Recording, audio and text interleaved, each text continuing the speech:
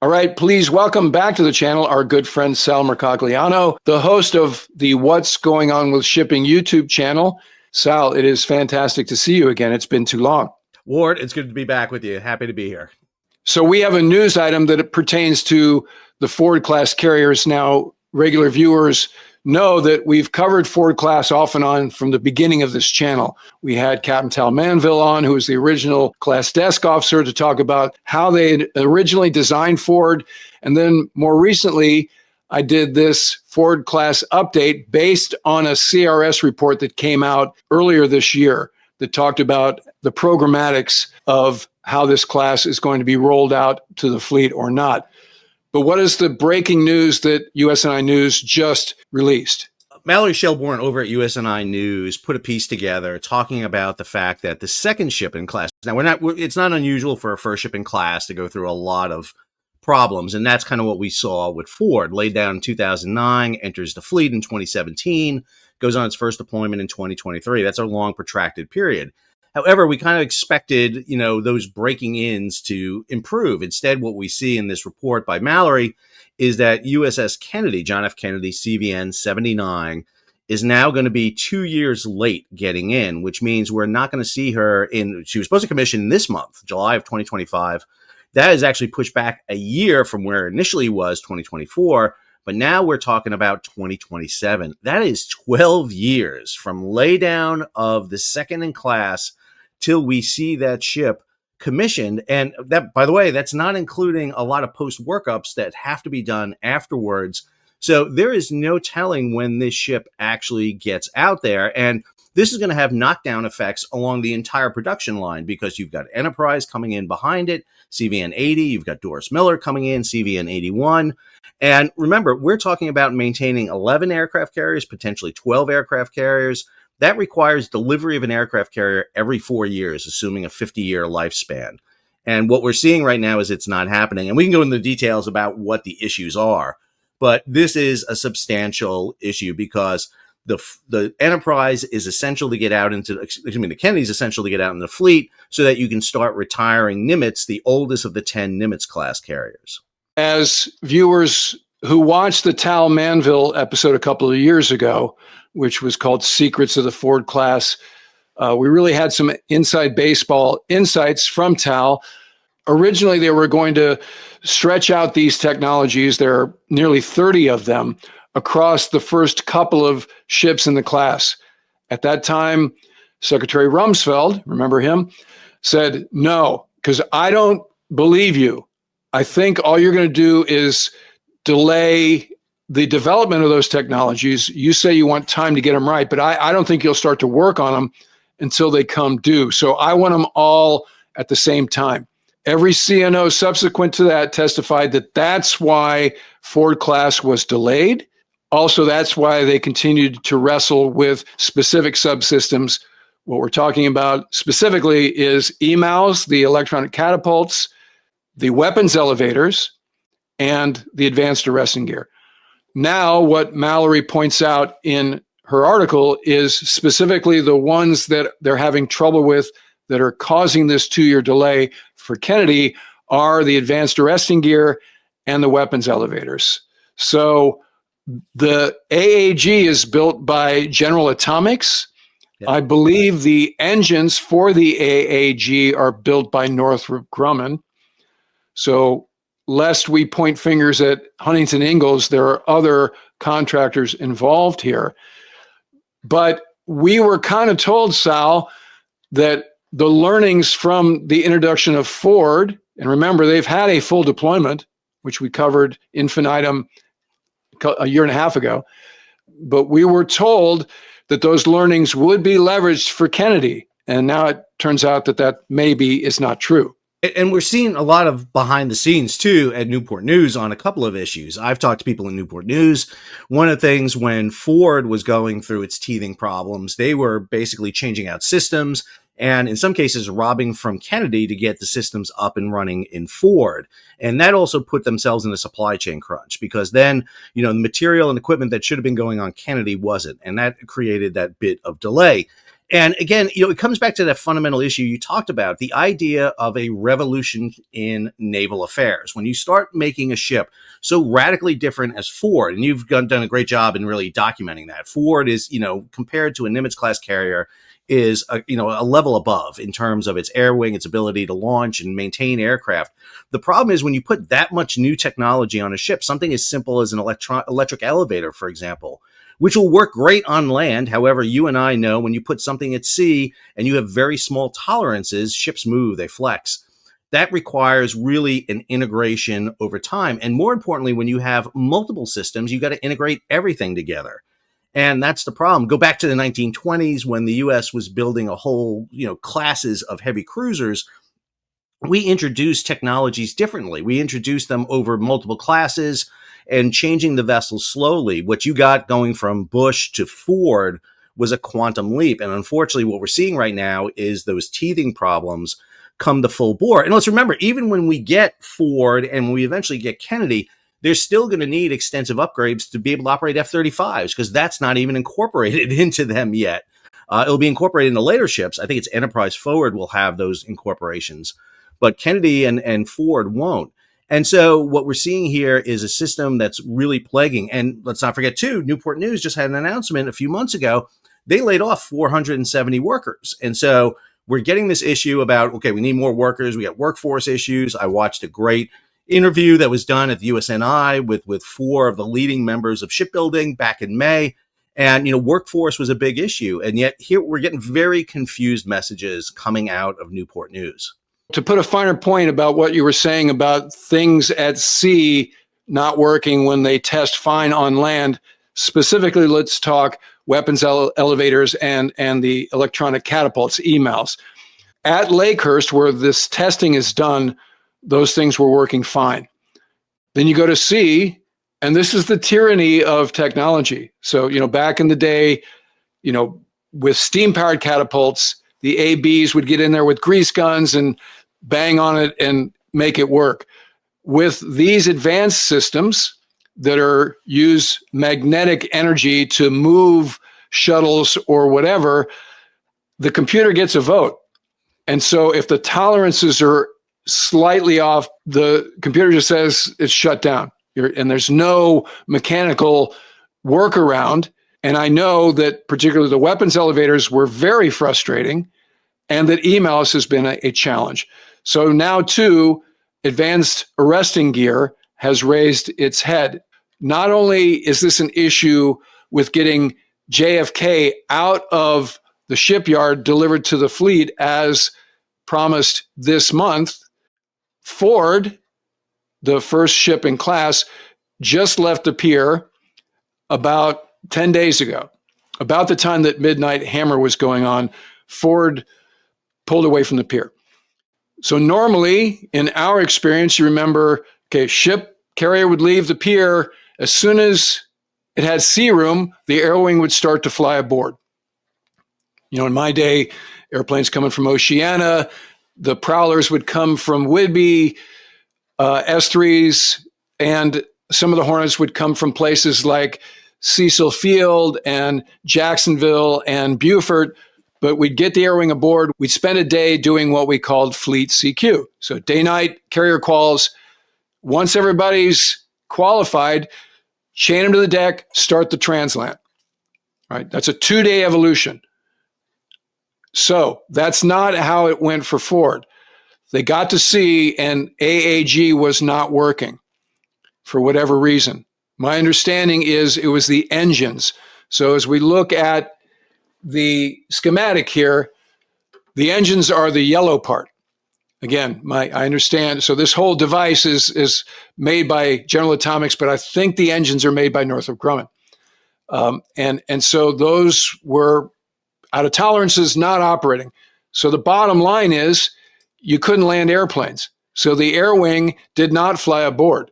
They spent last weekend flying those engines out there and having tech reps work the issue. They got it fixed. That's the good news, right? So the sky is not falling. This is what the Navy and the military does. You're faced with a technical problem, you solve it, and you press on. Okay, so got it fixed. some delay, significant delay to this carrier getting underway. Air wings aboard, now they do what's called combat operational effectiveness, COE. Now, back in my day, you got your blue water cert as a separate workup period. It was called Comp 2X. And the folks from what we used to call Car Group 4, now it's Carrier Strike Group 4, those are the evaluators, would come aboard and test you. Can you get aboard? You know, what's your boarding rate? Do you do long range strikes, day, night? Can you rig the barricade? All of the things you got to do. And then they would say, you are blue water certified. That means you're eligible to go on cruise. That would happen like a couple of months before you actually went on cruise. Apparently now that evolution happens at the beginning of the deployment, which strikes me as kind of a risk, because what happens if the air wing doesn't get its blue water cert? Now, perhaps I can be cynical and say that's not an issue because of PLM, precision landing mode, as we've documented many times on the channel. But in any case, that's different than when I was going underway on aircraft carriers. So that's happening. Once they get their blue water cert, finish COE, now they'll start the transland. Okay, so as we talk about resonant effects of all of these things, whether it's a carrier shipbuilding delay or a material failure that prevents an air wing from flying aboard for a week to 10 days, this affects everything else. So right now, as we've documented, associated with Rough Rider and Midnight Hammer, there are two carriers in the North Arabian Sea, Vinson and Nimitz. More about Nimitz in a second. But Vinson is waiting for Ford to relieve her so they can go home. Now, I mentioned Nimitz. USNI's news item that Mallory wrote about the delay now is going to affect the retirement of Nimitz. So they were supposed to go away after this cruise, which you mentioned. That means that they would go down to 10 carriers, which is a violation of law, and they would need a congressional waiver to do that. To avoid requesting that waiver, I understand the Navy's going to get another cruise or two out of Nimitz. Okay, so this carrier is already at the end of its service life and it's going to have to, because of this situation, going to be delayed, the retirement of that. So I've cruised on a conventional carrier that was on its last deployment, America. And what happens, and you know this in the merchant marine world, they're doing this sort of triage of, can we get away with not repairing this thing before we go back to the pier, right? So in some cases, like, do we need hot water in that particular work center, or can we go with 3 cats instead of 4, you guys, for the balance of the deployment? You think you can, that's a little bit of hyperbole, but there were those decisions being made on a daily basis. So I wouldn't be terribly excited about being aboard Nimitz for the final deployment beyond what was the final deployment. It's sort of like Ozzy's final concert, right? It's like, oh, hold it, we're not done yet. One more farewell. This is all about, we've talked shipbuilding. The White House has had this initiative. SecNav has testified about it. What does this all say about our industrial base, as you mentioned, man-powered HII, and the state of not just carrier aviation, but the Navy, the U.S. Navy, and America's readiness at sea? Well, I think it highlights better than anything else right now the fact of which state U.S. shipbuilding is in. I mean, we've talked about this quite a bit. I mean, we made a conscious decision late 80s or early 80s going into the 90s that we're going to shift our shipbuilding base to almost purely Navy. I mean, we're going to, offshore our commercial shipbuilding. We'll move it over to Europe, to Korea, Japan. And we're going to, build the 600 ship Navy at the end of the Cold War. It's going to keep our shipyards up and busy. What happens? We win the Cold War. We downsize the Navy. And all of a sudden, yards like Newport News, Bath, Pascagoula, NASCO find themselves without as many orders as they expected. I mean, Huntington Ingalls in Newport News is a classic case.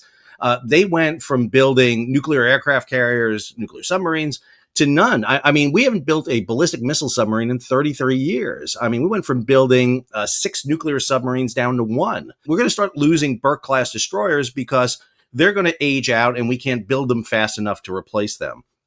And we're kind of at that now with the aircraft carriers because of the massive change in technology. I was really shocked that we decided to go all in on Ford with these technologies. When we were pulling carriers in for RCOHs, we could have put an EMAL on one of them. We could have put a, electronic, elevator or electric elevator in one of them and tested that. Instead, we kind of went all in with a technology. And this is the danger of revolutionary technologies at sea. They either work or they don't. And it's usually a 100% good or fail, because the problem you had is, and you just recounted it, the problems we have. We can't land aircraft, we can't launch aircraft, and we can't arm aircraft. That kind of is important on an aircraft carrier. I don't know what else you need, but that's kind of the 3 big things you need on an aircraft carrier. And all of those have been highlighted as issues that we're seeing. And the knockdown effect is even worse. What is the effect of a Nimitz-class aircraft carriers 25 years after an RCOH? What's the reactor life like? I mean, can we get speed out of that ship? It's not just a matter of deferred maintenance.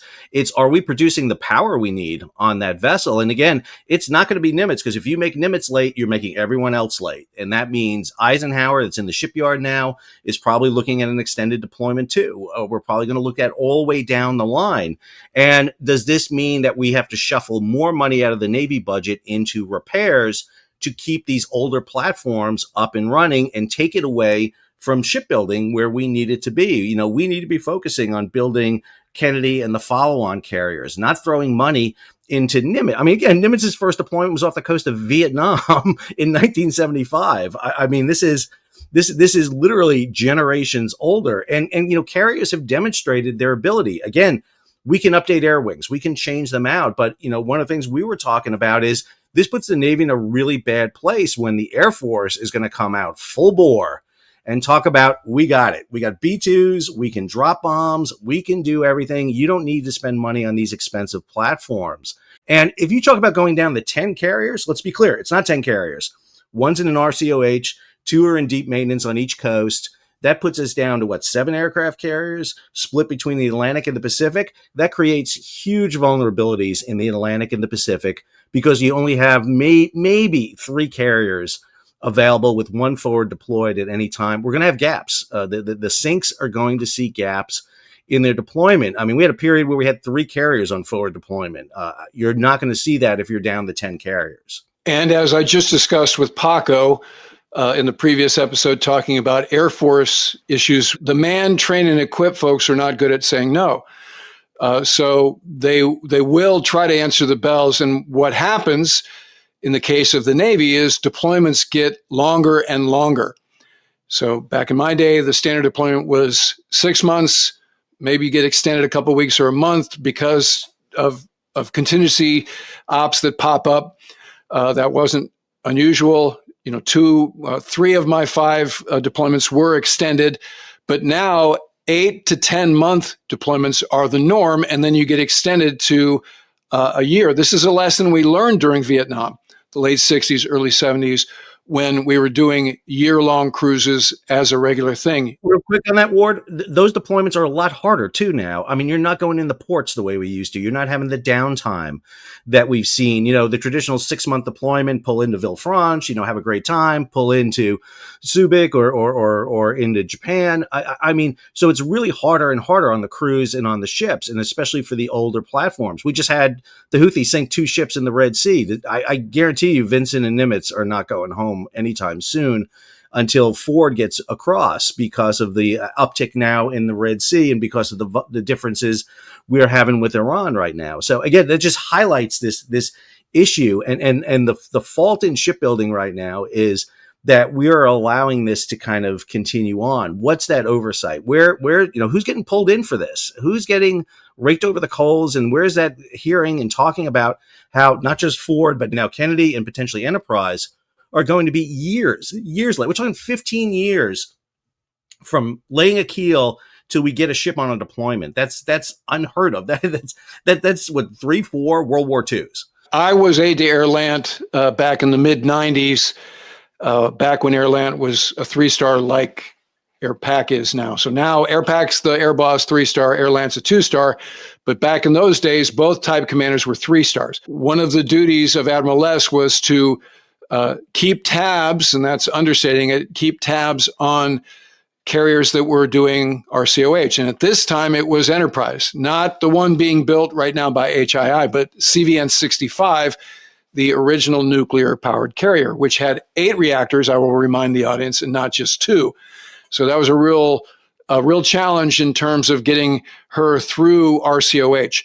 They brought in a skipper, the late Dick Naughton, to basically get that ship on track, and he did a fantastic job. So we would go over there every month and sit down with Captain Naughton and his various department heads, including Tom Moore, who was later NAVC, who I knew since the Naval Academy, but they did a fantastic job. So I've heard the CO brief, okay, here's a dependency, here's a potential delay, here's what's up. So my question about this one, because as far as we knew, JFK was going to be delivered this month. That's the last word we have. And then suddenly, breaking news from USNI News, oh, she's delayed 2 years because of advanced arresting gear and the elevators. So to your question, who takes the hit there? Are we going to see somebody get fired, relieved for cause? And who would that be? Is that the class desk officer? Is that PEO carriers? Is that the industry rep who is the PEO carrier's counterpart? I don't know, but we'll be watching for that. This is not a good situation as we've already described. The other thing I will bring up, and this is sort of what I talked about with Paco, which is the real concern going by me is what effect this is going to have on retention, not recruiting, because you hear, administration officials talk about recruiting is up. All right, that may or may not be true depending on which data set you are looking at, but retention is the thing that's going to affect readiness in the near term. So you have very talented aviators, and I'll focus on the aviators. Same is true for maintainers and guys who keep the airplanes fully mission capable. But on the aviator side, what we're hearing is lieutenant commanders who are department heads and post-command guys who are looking at being CAGs or, carrier track commander kind of guys are deciding to get out in the face of this op-tempo burden. And, there's a demand signal from the home front, and this starts to erode people's willingness to make it a career. And we've seen this movie before, and it seems like we're forgetting because the one variable that they can control when a COCOM wants a carrier is the length of the deployment. And they're willing to stretch out the deployments until they get to be so long that it's intolerable. So that's my concern with respect to that. I'll add more to that too. I mean, these prolonged shipyard periods. I mean, she was due to commission. I mean, that means we have crew assigned to the vessel. Now you're talking about lengthening this out for 2 years. We saw what happened with protracted shipyards when George Washington was in during COVID and the issue it had on the crews. This is absolutely detrimental. I mean, it's just, I had a friend who was CO of a sub and never took that sub to sea. He was CO of it during its entire yard period. He came in during a yard period. He left when it was in the yard period. That's his command tour. His entire command tour was never taking the sub out. And that's horrible. It's just, it's not what you want. And unfortunately, that's what we have right now because, number one, a huge op tempo. Again, one thing we've talked about, and you and I know this, is basically the number of ships we have forward deployed is the same number of ships we had forward deployed when we were running a 600-ship Navy. And if you keep 1/3 of your fleet deployed all the time, the other third's coming back, the other third's working up. And even in a war scenario, it makes it very difficult to sit there and say, what's our surge? What's coming out behind this? Because we don't have the depth that we once had, during Desert Storm, Desert Shield, had 2 carriers forward deployed. We were able to surge 6 other carriers. I mean, that was huge. It was massive. During Iraqi Freedom, surged 5 carriers. I mean, can we do that today? I don't know. Based on this, it's looking really weak that we can do that, let alone when you start getting into the air wings. And more importantly, it's that mid-level, petty officer and officer that we're losing. And what we're seeing is people being thrust into positions who don't have the depth and background. It's the same in the shipyard. Shipyards say the same exact thing, is because of the issue they have with work contracts with the government, because Newport News is a sole source customer. Their only customer is the U.S. Navy. They can't really anger it. They can't really tell them what they need to do to fix this because they're their only business they have. And so it creates this weird polarity between the two of them. And what the shipyard is doing is losing a lot of those mid-range people. They're churning and burning. They have up almost 100% turnover in some areas of their workforce. And that just makes workforce unproductive. One of the most interesting things I think I saw the new Secretary of the Navy say is he went over to Korea and talked to welders in a Korean shipyard. And he asked them, how much of your time is spent welding? How much time is spent doing paperwork? And they said 100% of my time is welding. All I do is weld. Come over to the U.S., go to Newport News, and 30 to 40% of their time is doing paperwork. And it's like, again, that kind of takes away from what, a worker wants to do to be productive. And I think we really need to look at this. What we're seeing with the carriers right now is emblematic of every other class we're seeing. The issues with the workup for the Columbia class, the Constellation class. I mean, we're just seeing that across the board. And until the Navy and U.S. Shipbuilding gets serious about holding people accountable, getting ourselves onto contracts and timeframes, it's tough. I listened to Phelan give numerous testimonies so far. He knows the problem. He sees the problem. The question is, how do we address the issue? You've got an administration that is saying shipbuilding is their top priority. There's no Assistant Secretary of the Navy named right now to oversee shipbuilding. There's no maritime administrator who's confirmed right now. 2 of the 5 federal maritime commissioners are vacant. We're saying all the things you want to say about shipbuilding, but we're not doing anything to create shipbuilding efficiency right now. Huge. And so, in essence, the critics of carrier air power in the future are having their work done for them by the way this is unfolding. That's kind of what we're saying here. So let me remind the viewer by running this item of Congressman Ken Calvert speaking at AEI a few months ago. Friends that are submarine captains and Virginia-class submarines will say, on the outside, an aircraft carrier will last a week on a pure adversary. By the time we build an aircraft carrier, put its component F-35s and all the electronics and the 5,000 souls that we put on that, we're probably looking at well over $22, $23 billion.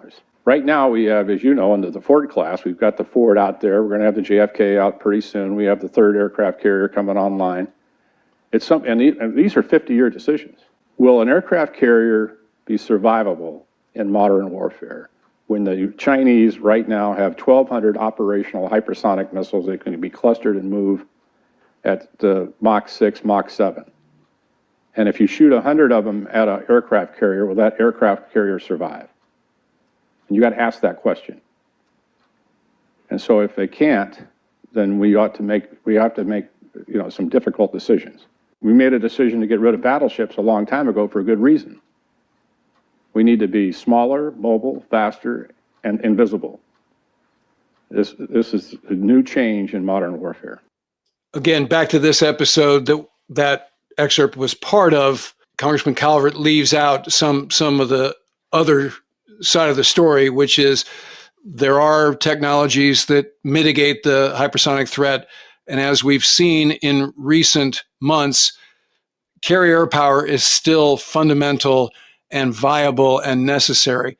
So it's a bit early to say carrier should go the way of the battleship. And as we've said during this episode, this technology, while having, I like how you call it, teething pains, when it works, it is a generational improvement in terms of sortie generation and the ability to get munitions from the build space in the hull up to the flight deck seamlessly. All of this stuff is an improvement. And as we've seen most recently on Ford, we have the means to face problems, fix them, and press. The problem with that is these are generally not proactive processes. These are reactive processes. And so part of what we have to adjust here is getting ahead of these things before they fail, which is the promise of this advanced technology. The bottom line, Sal, is in the face of criticism from people like Congressman Calvert, Secretary Hegseth is on record as saying kind of the same thing. And Elbridge Colby, who is one of the authors of the defense part of Project 2025, has also said similar sentiments about how the day of the aircraft carrier has gone by. The bottom line is these are bad days for the Ford class to be over budget and behind schedule. So this needs to be attended to if aircraft carriers are going to remain a fundamental part of our national defense. The problem is if you're an Air Force advocate, you can sit there and say the B-2 from Whitman Air Force Base has got everything covered. Again, the problem with that is there's 19 B-2s, and how many of those B-2s were down after the strike, and how long does it take to recycle them and get them up? That's the story that the Air Force won't talk about. Whereas an aircraft carrier, you can park it off the coast, and you provide, again, it's not just a warfighting element. And this is the big difference between the Navy and a lot of the other branches, is that the Navy is deployed out in international waters, and it provides 4.5 acres of sovereign U.S. territory,